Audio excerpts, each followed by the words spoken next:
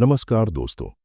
क्या आपने कभी ऐसी चीज खरीदी है जो आपको असल में चाहिए भी नहीं थी, या कभी सिर्फ इसलिए किसी बात को हाँ कह दिया क्योंकि सामने वाला बहुत कॉन्फिडेंटली बोल रहा था? अगर आपका जवाब हाँ है तो आप अकेले नहीं हैं।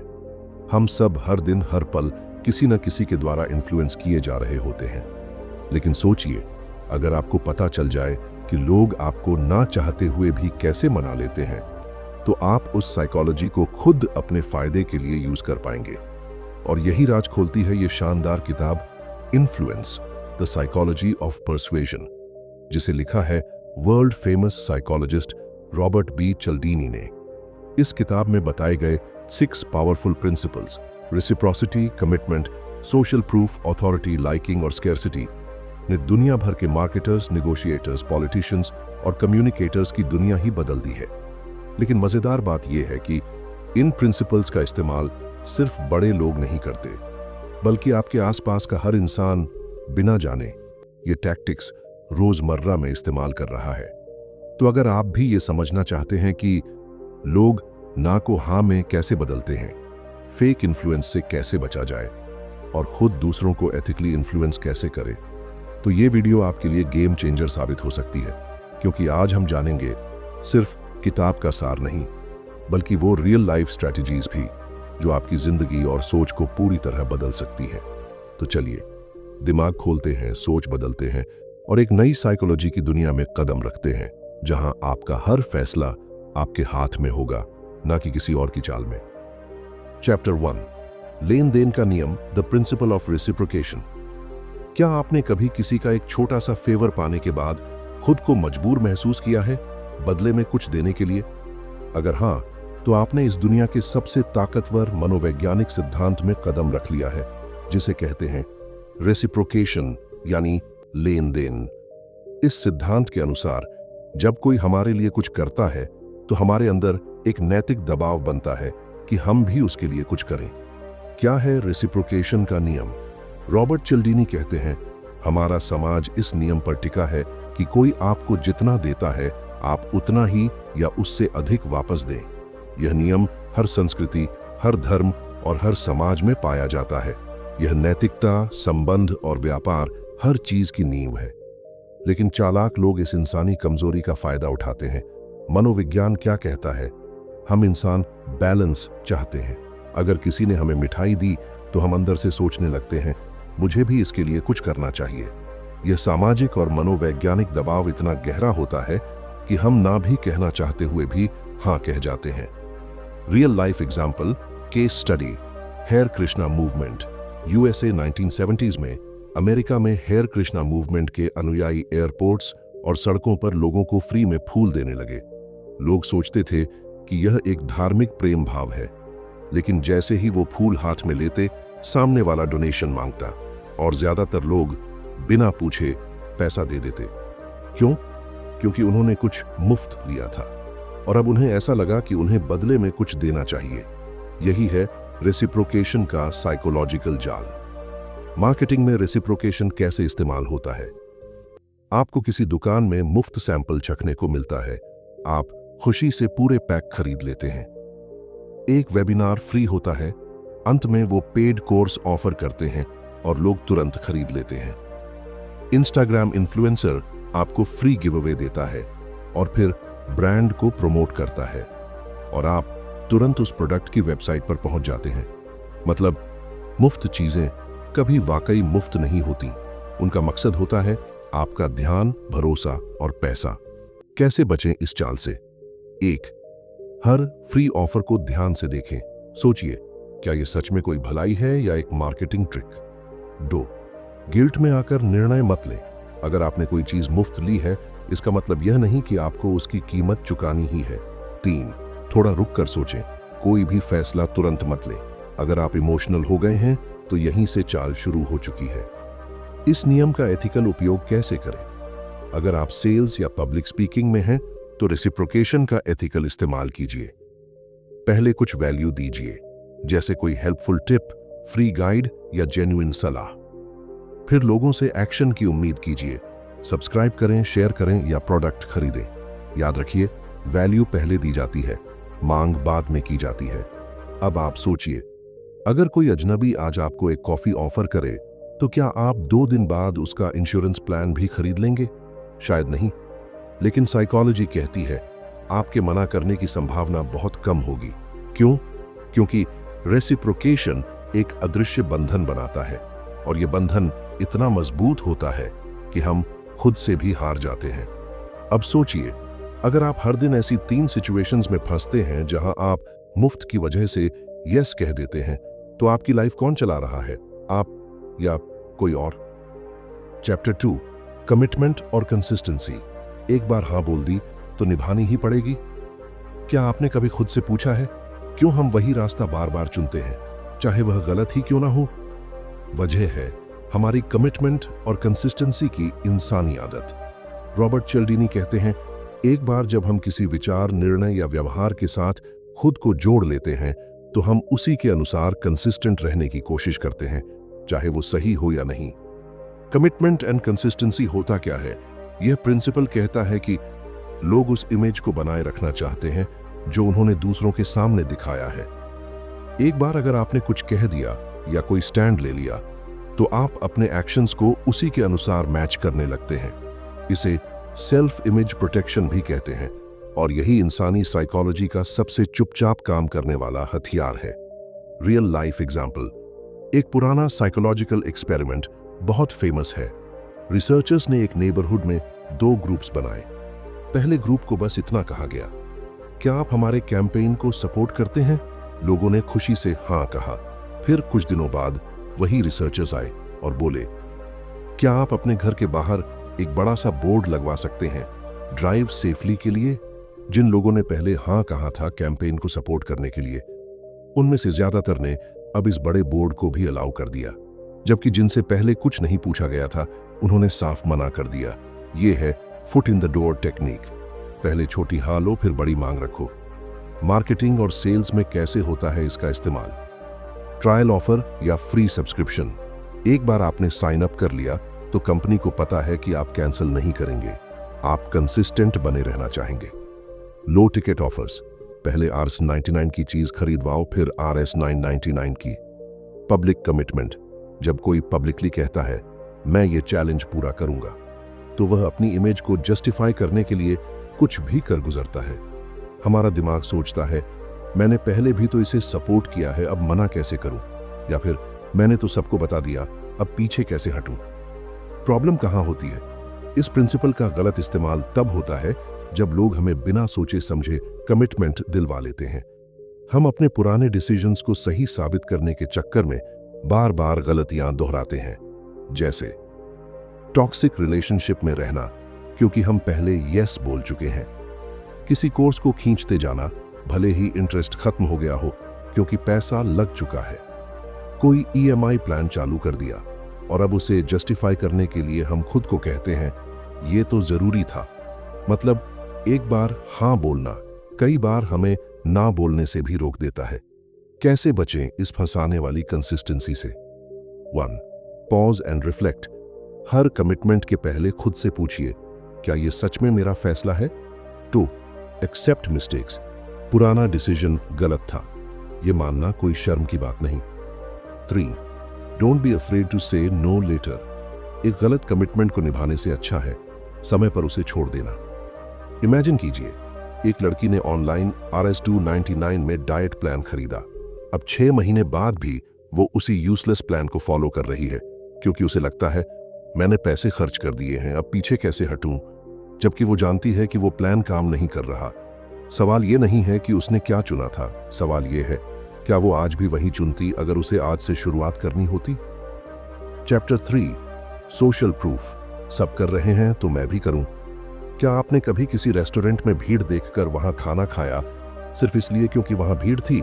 या क्या आप YouTube पर उस वीडियो को ज्यादा जरूरी मानते हैं जिसे लाखों लोगों ने देखा है? अगर हां, तो आप सोशल प्रूफ के पावरफुल साइकोलॉजिकल इफेक्ट के शिकार हो चुके हैं।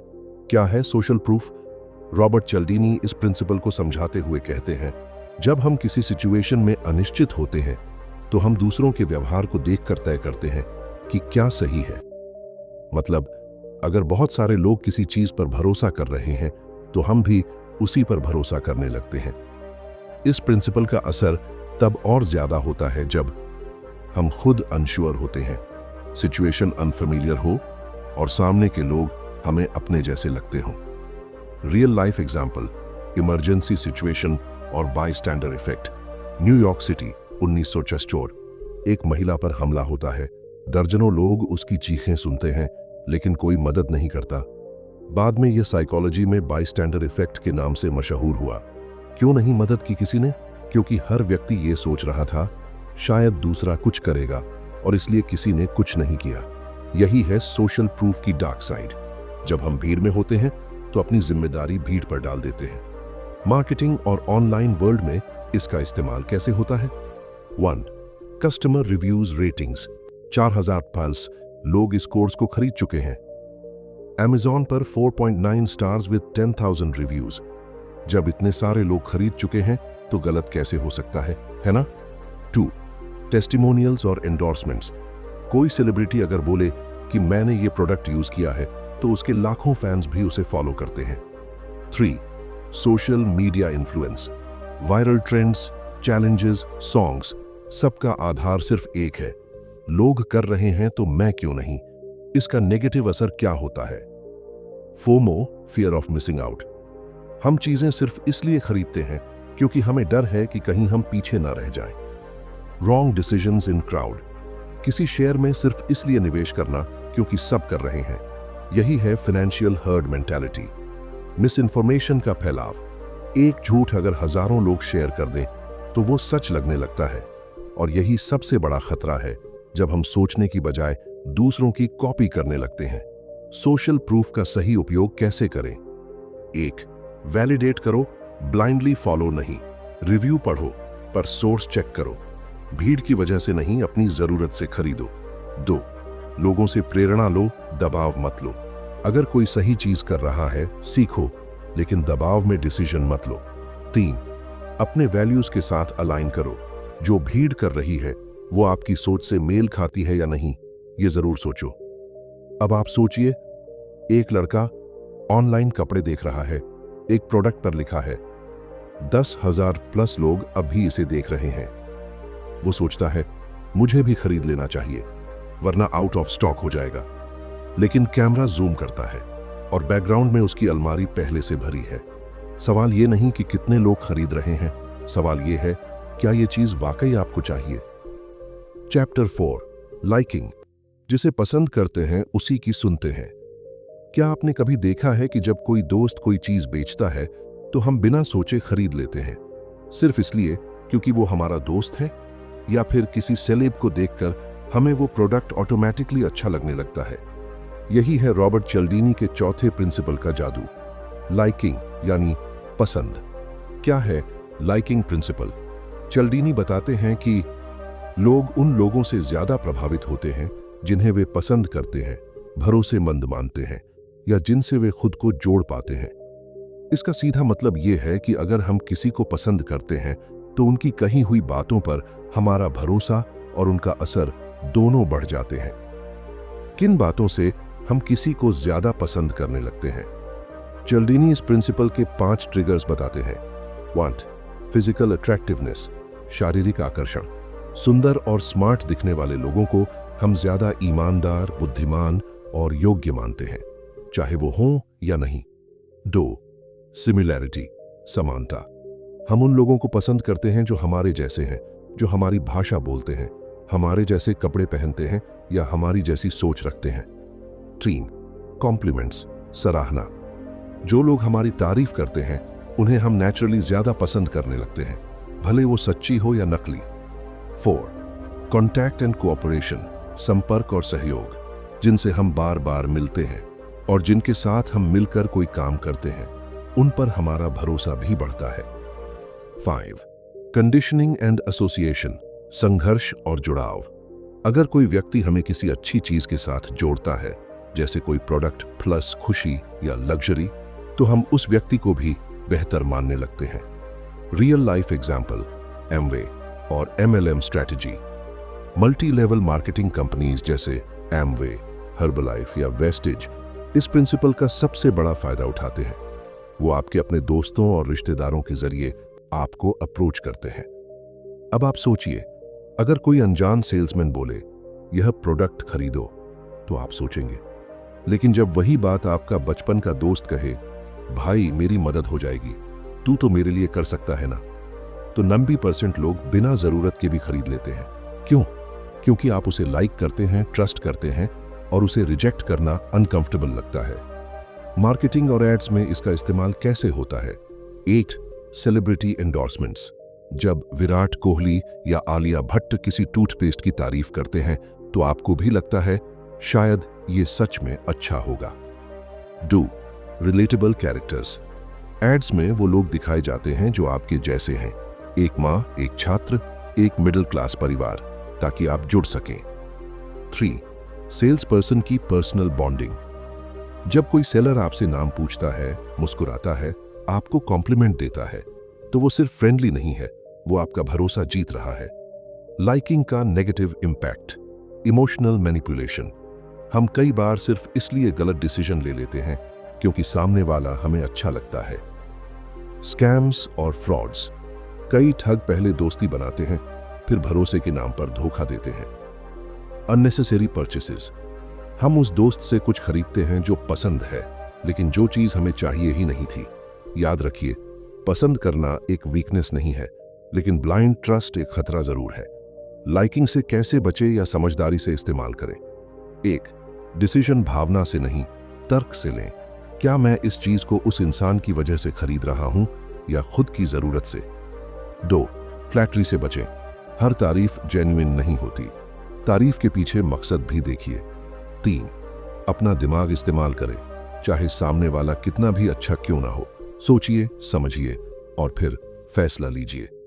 अब आप सोचिए, एक लड़की कॉस्मेटिक शॉप पर है, सेल्स पर्सन उसकी स्किन की तारीफ करता है, वाओ मैम आपकी स्किन बहुत ग्लोइंग है, ये प्रोडक्ट तो बस आपके लिए ही बना है। वो लड़की ब्लश करती है और प्रोडक्ट खरीद लेती है। क्या आपने प्रोडक्ट खरीदा या तारीफ का जवाब दिया? Chapter 5 commitment and consistency. जब एक बार हां कह दिया तो निभाना जरूरी बन जाता है। मनुष्य अपने पहले लिए गए स्टैंड को बार बार दोहराना चाहता है, भले ही वो गलत क्यों ना हो। रॉबर्ट चियल्डीनी।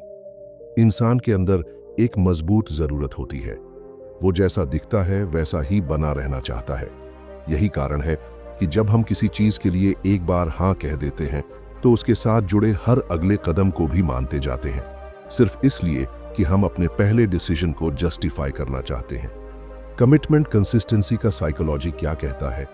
चियल्डीनी के अनुसार लोग तब ज्यादा प्रभावित होते हैं जब 1 उन्होंने पहले किसी विचार या काम के लिए सहमति दे दी हो, 2 वो कमिटमेंट पब्लिक हो यानी सबको पता हो, 3 वो कमिटमेंट वॉलंटरी हो यानी जबरदस्ती न किया गया हो।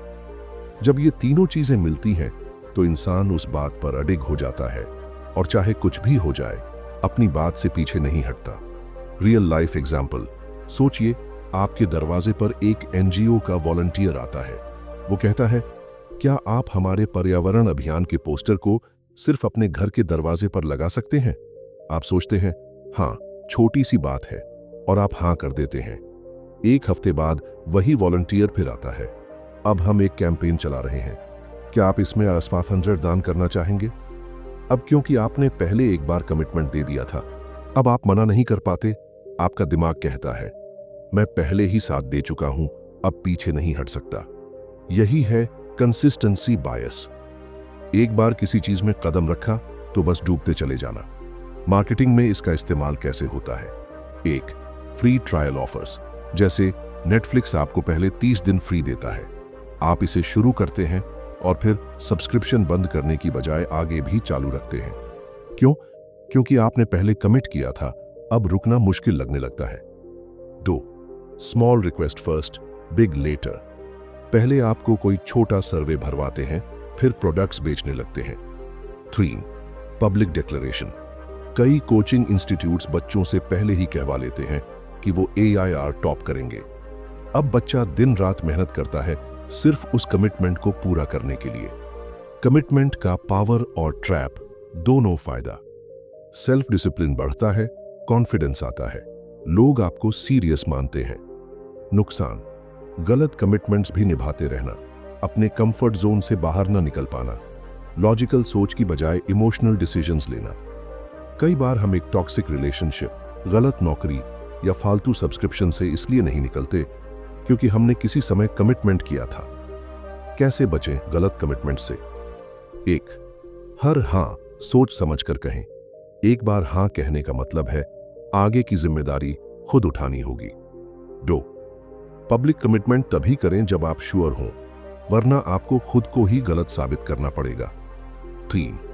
गलत लगने पर कमिटमेंट तोड़ना भी सही है।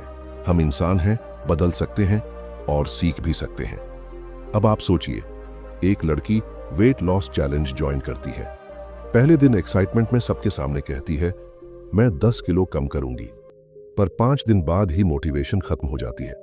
अब भी वो जिम जा रही है, लेकिन बिना मोटिवेशन के, सिर्फ इसलिए क्योंकि उसने कमिटमेंट किया था। क्या आप अपने डिसीजन को दिल से निभा रहे हैं या ईगो से? Chapter 6, authority. जब ओहदा बोलता है तो दिमाग चुप हो जाता है। हम में से ज्यादातर लोग ऑथोरिटी को देखकर सोचना बंद कर देते हैं और सिर्फ मानते हैं। रॉबर्ट चिल्डिनी। जब कोई व्यक्ति डॉक्टर की सफेद कोट, पुलिस की वर्दी या सीईओ का टैग पहने हमारे सामने आता है तो हमारा दिमाग कहता है, ये एक्सपर्ट है, इसकी बात माननी चाहिए। यही है अथॉरिटी प्रिंसिपल, यानी पद, पहचान या अनुभव का ऐसा प्रभाव जो हमारे निर्णय को पूरी तरह प्रभावित कर देता है। साइकोलॉजी बिहाइंड अथॉरिटी की वजह से हम मानते हैं कि 1. जिसके पास पावर है वही सही जानता है।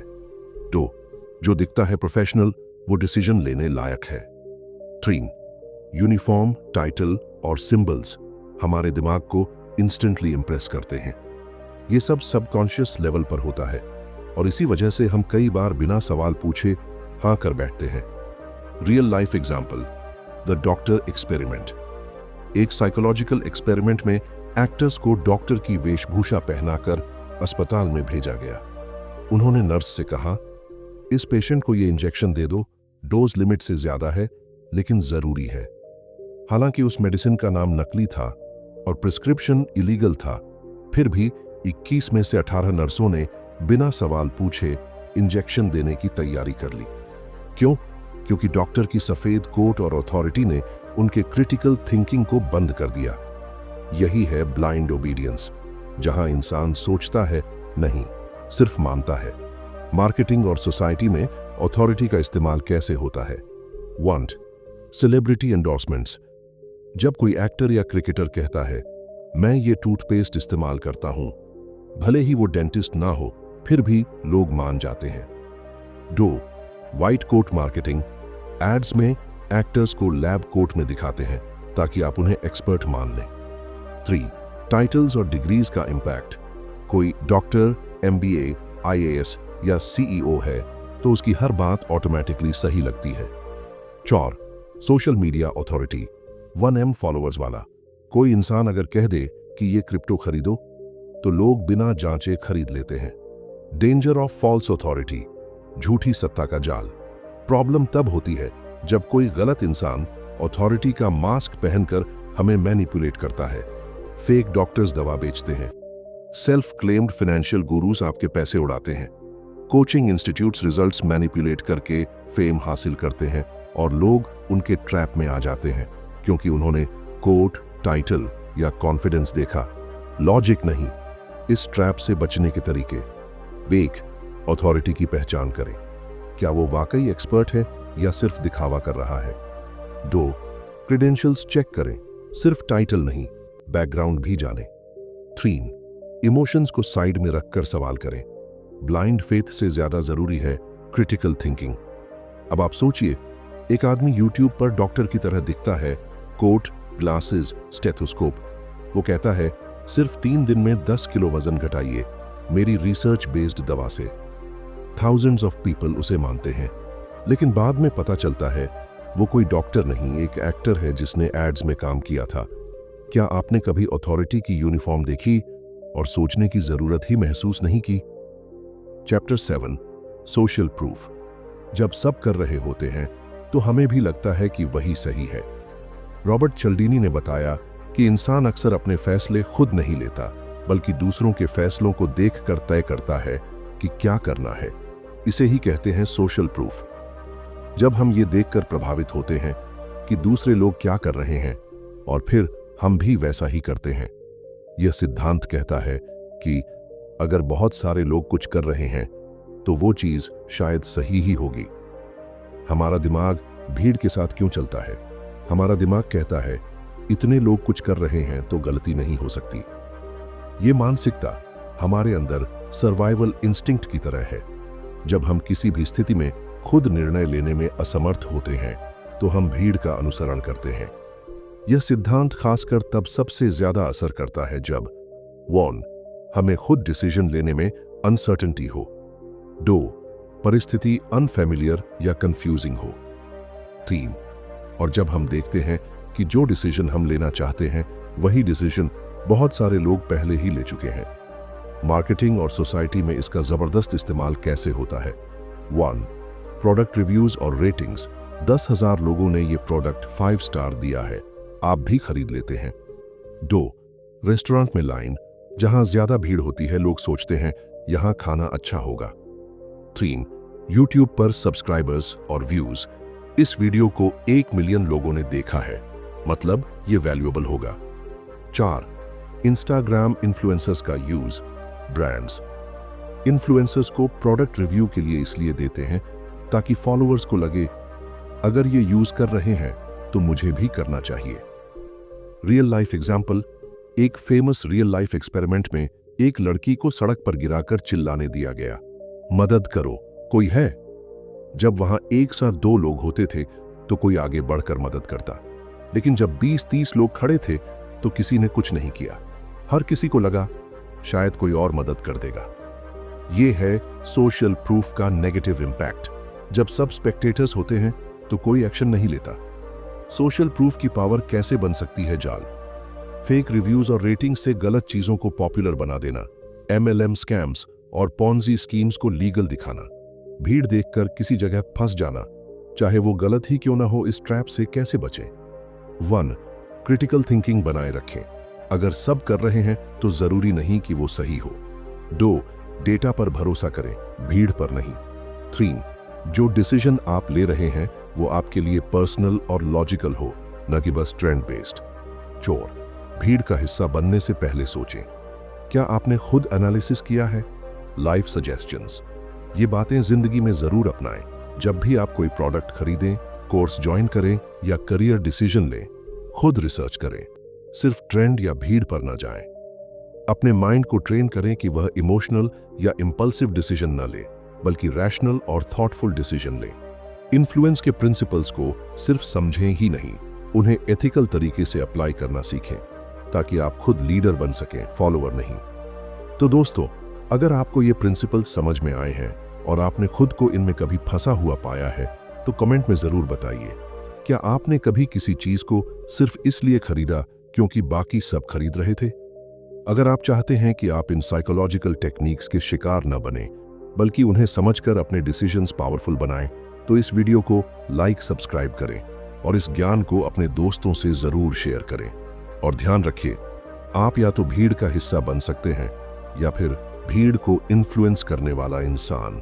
अब आप तय कीजिए, आप फॉलोअर बनेंगे या इन्फ्लुएंसर।